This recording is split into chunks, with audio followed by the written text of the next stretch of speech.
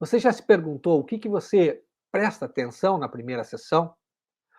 Você presta atenção no quê? Você fica investigando o quê quando você atende um paciente? E se você não atende pacientes ainda, o que você acha que tem que prestar atenção? Nos sintomas que ele está relatando ou do jeito que ele está organizando a própria descarga pulsional? Como estão os objetos internos dentro dele?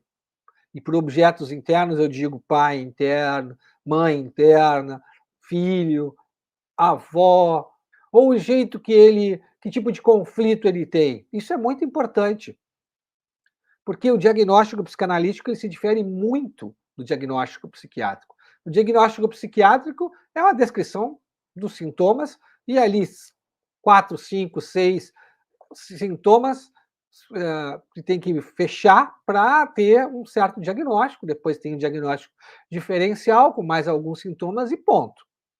Aqui não.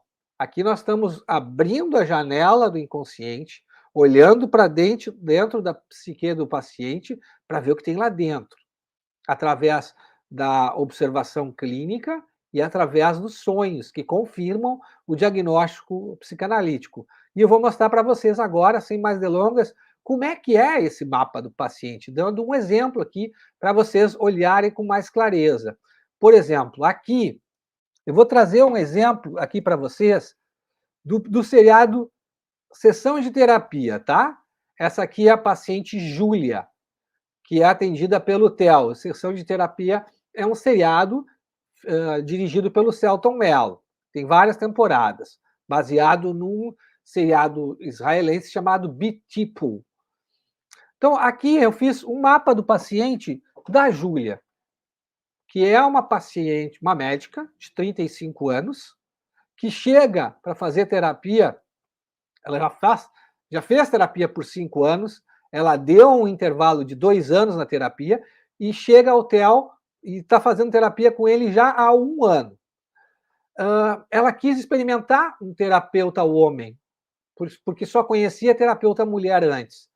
Ela acha que está bem e nem sabe por que está fazendo terapia. Ela tem um namorado que ama, eles estão juntos há uns 2 meses, ela adora o trabalho, mas ela tem um problema.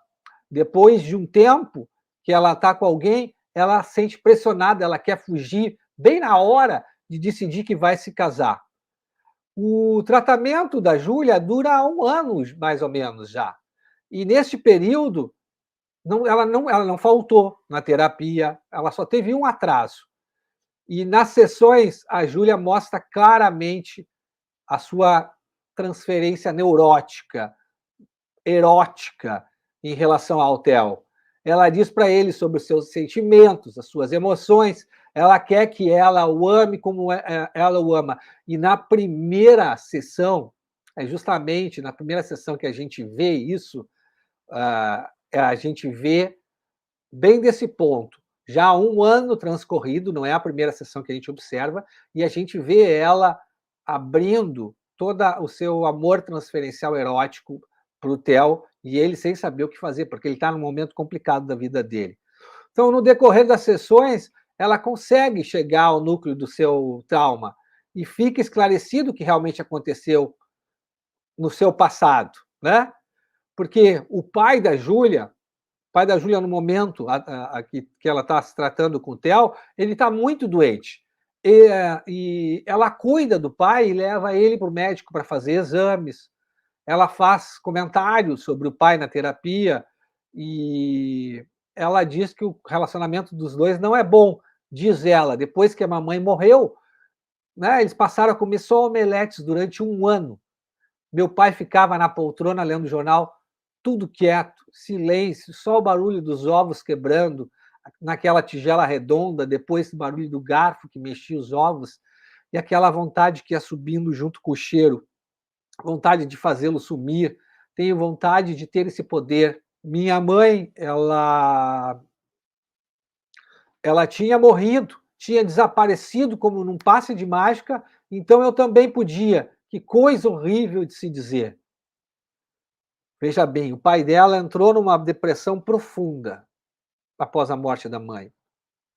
E a Júlia se identificou com com essa depressão. Em relação à mãe, ela tem uma memória muito afetiva. Ela diz que a mãe costumava fazer bolo com calda de chocolate todas as sextas-feiras à tarde. Ela ficou doente com câncer, então isso não durou muito, mas foi os anos iniciais da vida da Júlia. Então ela tem um início de vida no qual ela tem uma referência amorosa importante. E só que isso aconteceu no início da doença, quando ela começou a fazer quimioterapia. E aí ela parou de cozinhar, ela andava cansada, muito cansada, e a Júlia tinha apenas 10 anos de idade. O André, que é o namorado atual da Júlia, eles chegaram a marcar um casamento. Ele é psicólogo, o relacionamento dos dois tem momentos altos e baixos. A Júlia fala em casar, mas se mostra insegura quanto a isso. Ela sempre se mostrou insegura quanto a isso. E o Beto, que é um amigo do pai, um homem de 40 anos a mais que Júlia, amigo da família, sempre estava na casa da Júlia participando dos almoços familiares, era amigo do pai. Júlia considerava como alguém que gostava e cuidava dela. E ela acabou seduzindo esse Beto e ela acabou começando a ter relações com ele. Uma noite, o Beto deixou a porta aberta e a luz acesa. Ela foi até o quarto dele, ficou com ele a primeira vez e transaram. E aí, em algumas outras noites, eles transaram também com o pai dela dormindo ao lado. Esse trauma, ela tem um trauma ligado à sua profissão, justamente por causa da morte da mãe, é muito forte. Ela fala de um medo de imaginar que pode perder o pai que está doente. Além disso, ela vive com um pensamento persecutório do que o Theo, o terapeuta, vai deixá-la, justamente pelos desejos amorosos que ela tem em relação a ele. Ela diz que está triste, que não está feliz, porque acha que o Theo quer se livrar dela. E até por isso, quando ela se aproxima de alguém, ela afasta essas pessoas. Com esse quadro aqui, a gente já dá para ter uma ideia. Veja bem, eu trouxe aqui um exemplo de um seriado do sessão de terapia, para não expor paciente nenhum. Já dá para ter uma ideia de como é que esse mapa pode ajudar a gente a ter uma ideia da estrutura da personalidade da própria Júlia. A gente vê aqui que a Júlia, ela tudo indica que ela tem uma personalidade neurótica, sim, do tipo histérica, depressiva.